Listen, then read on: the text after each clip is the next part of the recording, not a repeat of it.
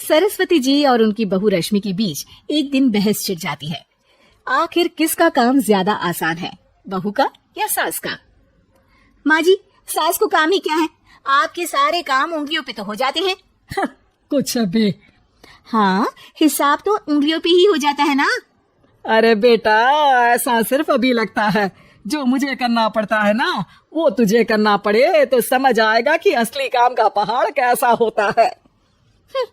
ठीली बराबर वजन भी नहीं है आपके काम में, और बात पहाड़ों के वजन की कर रही हैं आप। तू ऐसा करती ही क्या है घर में बेटा, ये तो बता मुझे। मैं थोड़ी ना कुछ करती हूँ, सब जादू से हो रहा है इस घर में। अरे एक दिन मेरा काम करोगी तो समझ आएगा। Okay okay, shut up. कल से मैं घर के काम करूंगी और तू मेरी जगह हर चीज का हिसाब रखना, ठीक है? ठीक है, ये भी कर लेते हैं। ये सास बहू की डील के बारे में रश्मि के पति अमन को नहीं पता था, और ना ही अमन के पिताजी सुरेश जी को। पर गेहूं के साथ साथ जैसे घुन भी पिस जाता है, ये दोनों भी पिसने वाले थे।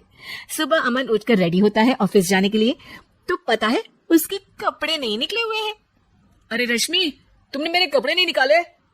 अपनी माँ से पूछो ना, उन्हीं का काम है ये। अमन अपनी माँ के पास जाता है।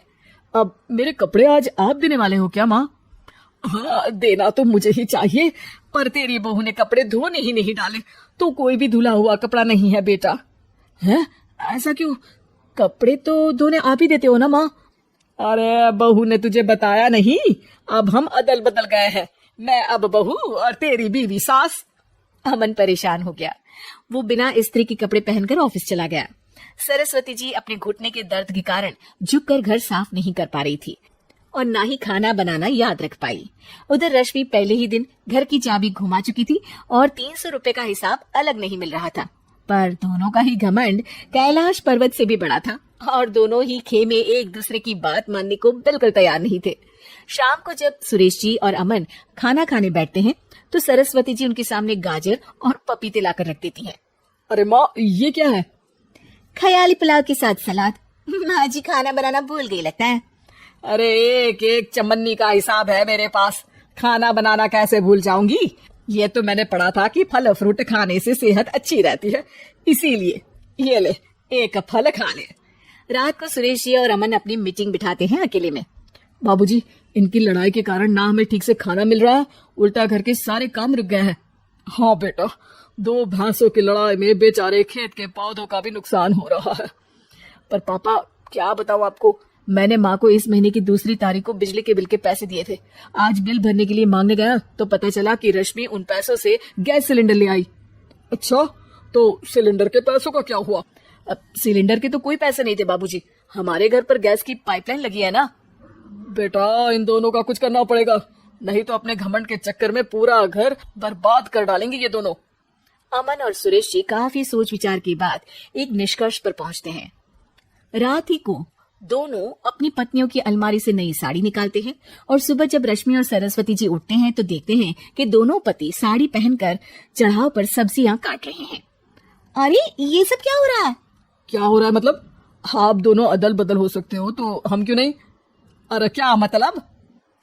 नहीं नहीं, मेरी भी बचपन से किसी की बहू बनने की इच्छा थी, तो आज से सरस्वती तुम बड़ी बहू, मैं मिडल बहू और अमन छोटी बहू। अरे लेकिन सब घर पर बैठ जाएंगे तो कमाएगा कौन? ये घर कैसे चलेगा? अब वो तो भैया या बाकी लोग जाने, अब हमने भी अदल बदल कर ही लिया है तो कुछ नहीं हो सकता। रश्मि और सरस्वती जी को समझ में आ जाता है कि उन दोनों की आपस की डील की वजह से इन दोनों को बहुत तकलीफ हो रही है, और उनके ईगो ने दूसरों को कितनी यातनाएं दी है। अब असल में माँ जी आप सही थी, सास बनना बहुत मुश्किल है। अरे हाँ बेटा, और तू भी, मुझसे तो नहीं हो पाया सब घर के काम, वापस बदल ले क्या? हाँ हाँ बिल्कुल माँ जी, और अब आप दोनों भी बदल लीजिए, कोई आ गया तो आप दोनों को देखकर क्या सोचेगा? अच्छा है, आप दोनों की समझ में ये बात तो आई, मैं फटाक से कपड़े बदल लेता हूँ। अरे रुक जा बेटा, एक फोटो ले लेती हूँ तेरी, मेरी बेटी होती तो तेरे जैसी ही दिखती साड़ी में। और मेरा फोटो नहीं लोगी?